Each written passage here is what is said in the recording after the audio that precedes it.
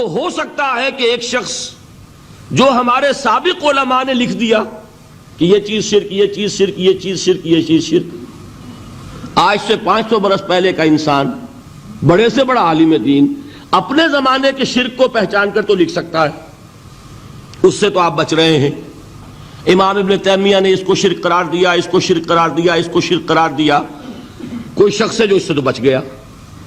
امام صاحب کی دی ہوئی بصیرت سے اس نے ان جو اقسام ہے شرک کی ان کو پہچان لیا، لیکن یہ عین ممکن ہے کہ آج کے شرک کو وہ نہ پہچان رہا ہو، اپنی جگہ وہ سمجھ رہا ہو اپنے آپ کو بہت بڑا موحد، جبکہ اس دور کا جو شرک ہے اس میں ملوث ہو۔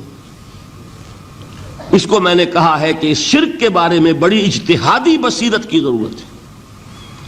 فارسی کا ایک شعر ہے، بڑا پیارا شعر ہے، بہر رنگے کے خواہی جامہ می پوش، من انداز قدت رامی شناسم۔ اپنے محبوب سے کہہ رہا ہے شاعر کہ تم جس طرح کا چاہو لبادہ اوڑھ لو، میں تمہیں تمہارے قد سے پہچان لوں گا، کتنا ہی چھپا لو اپنے آپ کو، کیسے ہی لباس بدل لو، بہر رنگے کے خواہی جامہ می پوش، من انداز قدت رامی شناسم، میں تمہارے قد سے تمہیں پہچان لوں گا۔ یہ اگر بصیرت نہ ہو کہ شرک کو اس کے قد سے پہچان سکیں آپ، اس کے لیے ضرورت ہے اصولوں کی۔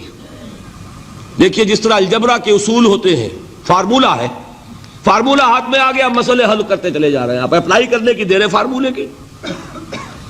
اگر آپ نے صرف گنتی کر کے کسی زمانے کے شرک وہ تو سمجھ لیے، لیکن وہ بصیرت باطنی حاصل نہیں ہوئی، اجتہادی بصیرت، وہ اصول ہاتھ میں نہیں آئے کہ جس سے آپ پہچان سکیں، تو ہو سکتا ہے کہ اس دور کے شرک کو آپ نہ پہچان سکیں۔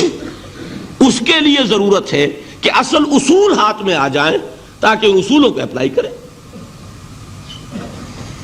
ایک بات مجھ سے اور سن لیجئے، میرا اپنا یہ تاثر ہے، ہمارے دین میں خیر، بھلائی، نیکی، چاہے وہ نظریے کی ہو، علم کی ہو، عقیدے کی ہو، عمل کی ہو، اخلاق کی ہو، وہ سب کیا ہے؟ وہ توحید ہی کے شجرہ طیبہ کی شاخیں ہیں۔ اور شر، برائی، گمراہی، خیالات کی ہو، نظریات کی ہو، علم کی ہو، عقیدے کی ہو، عمل کی ہو، اخلاق کی ہو، سب کے ڈانڈے شرک کے شجرہ خبیثہ سے ملتے ہیں۔ اس شجرہ خبیثہ کے برگوبار ہے جو بھی برائی ہے، عمل کی یا علم کی، اور اس شجرہ طیبہ کے برگوبار ہے جو بھی خوبی ہے، عمل کی یا عقیدے کی۔ یہ میرا تاثر ہے، اور جب تک اس انداز میں وہ آپ کو اندرونی رشتے ظاہر نہیں ہوں گے، آپ پر منکشف نہیں ہوں گے، وہ اجتہادی بصیرت جو ہے پیدا نہیں ہو سکے گی۔ اب آئیے ایک اور بات دیکھیے، شرک میں اور الحاد میں کیا فرق ہے، یہ بھی ہم نہیں سمجھتے۔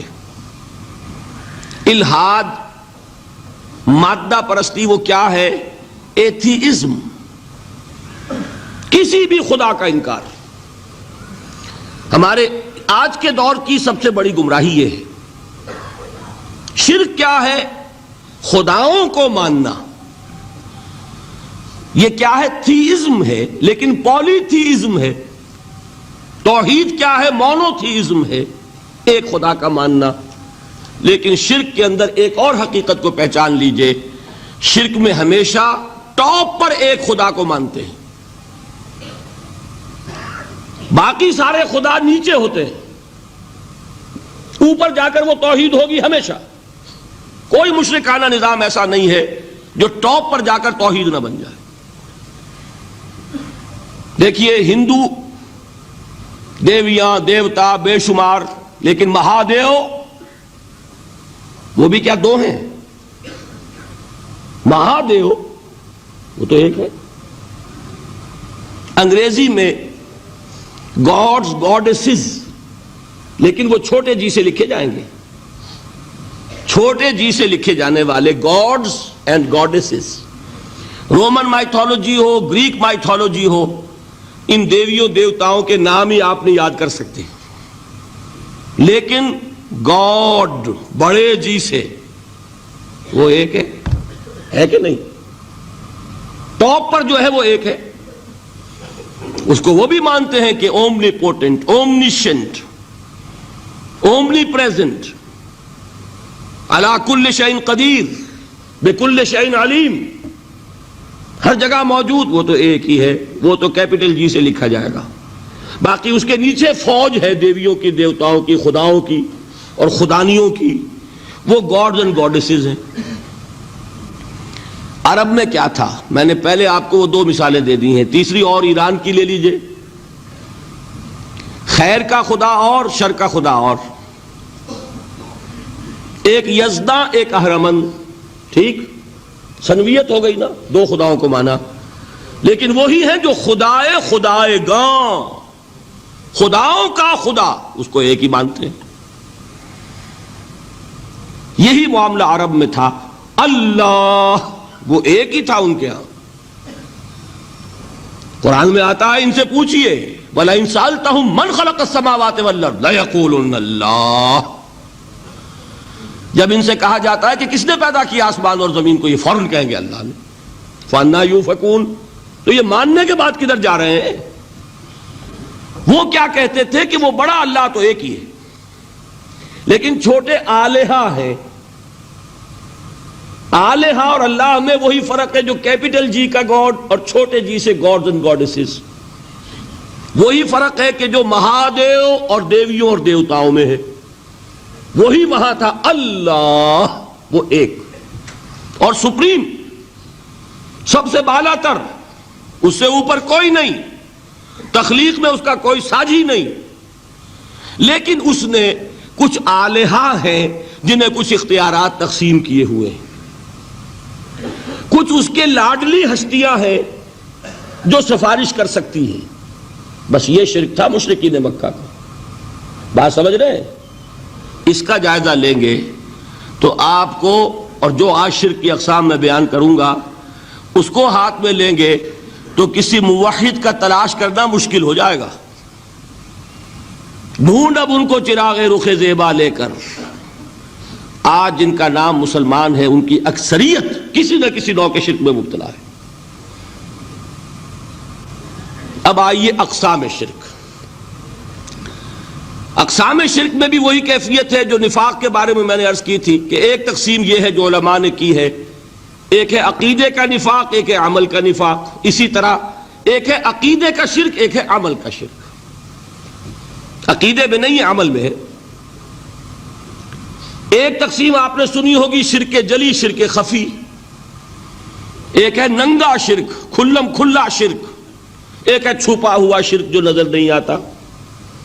لیکن ایک مغالطہ اپنے دل سے نکال دیجئے، بعض لوگ شرک خفی کو شرک نہیں سمجھتے، یہ بہت بڑی غلطی ہے۔ اگر وہ شرک نہ ہوتا تو حضور اسے شرک نہ کہتے، کوئی اور لفظ، عربی زبان کا دامن جو ہے محدود نہیں ہے، پھر اس کے لیے کوئی اور لفظ اختیار فرمایا جاتا ہے وہ شرک۔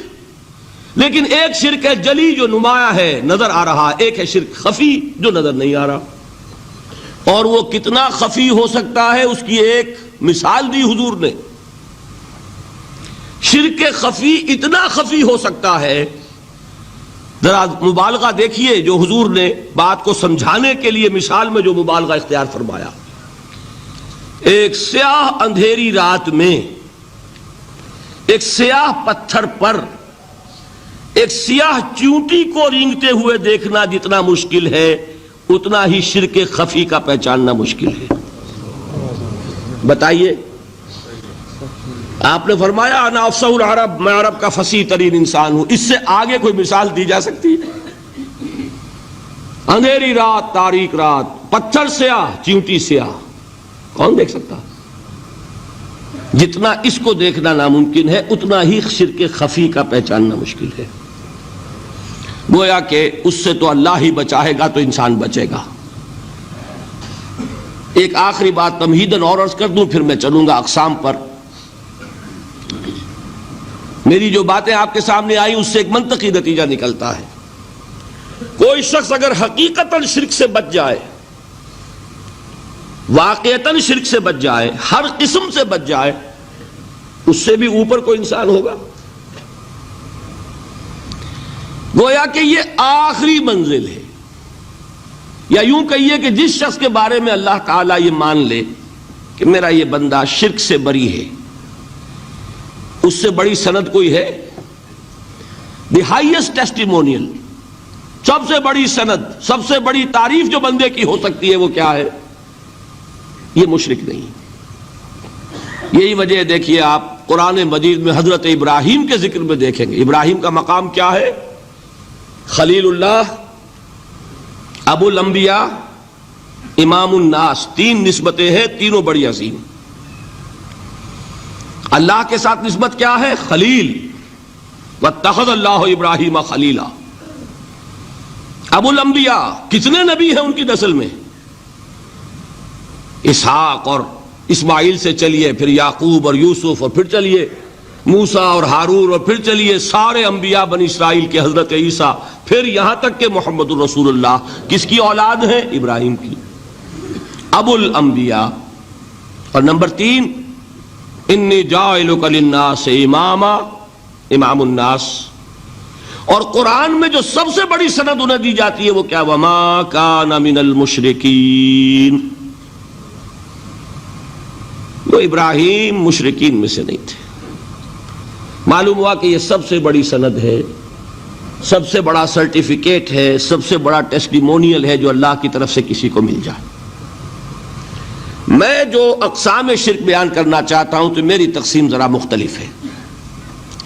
اب وہ ذرا اپنے ذہن میں وہ نقشہ بنا لیجئے، آپ بنایا کرتے ہیں ایک، اس کو پھر 3 میں تقسیم کیجئے۔ شرک کی 3 بڑی بڑی قسمیں ہیں۔ شرک فی الذات نمبر 1، شرک فی الصفات نمبر 2، شرک فی الحقوق نمبر 3۔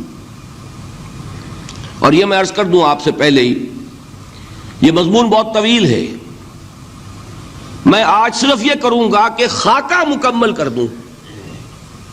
اب اس خاکے میں رنگ بھرنا، وہ تو ایک موضوع پر شرک فی الذات پر پوری تقریر ہونی چاہیے، شرک فی صفات پر ہونی چاہیے۔ ایک ایک گھنٹے کے میرے 6 کیسٹ ہیں اللہ کے فضل و کرم سے، جو کئی سال سے وہ پھیل رہے ہیں۔ 6 گھنٹے میں نے ان چیزوں کو بیان کیا، وہ موجود ہوں گے، لیکن آج وہ خاکہ ذہن میں بنا لیجئے، اور کچھ آپ کو الجبرے کے فارمولے ہاتھ میں آ جائیں تاکہ خود آپ میں صلاحیت پیدا ہو جائے پرکھنے کی کہ اس فارمولے کو اپلائی کر کے دیکھ لیں یہ شرک ہے یا نہیں۔ یہ 2 کام تو میں انشاءاللہ آج کر دوں گا، آپ مطمئن رہیں۔ باقی یہ کہ تفصیل، وہ تو ہر سلسلے میں تفصیل پھر بہت ہوگی، وہ شوق ہو تو وہ کیسٹس آپ سنیے۔ تو 3 تقسیمیں ہو گئی۔ شرک فی الذات، اللہ کی ذات میں کسی کو شریک کر دینا، یہ سب سے زیادہ نمایاں، سب سے زیادہ جلی، سب سے زیادہ عریاں، اور اللہ تعالیٰ کو سب سے زیادہ مبغوض اور ناپسند شرک ہے۔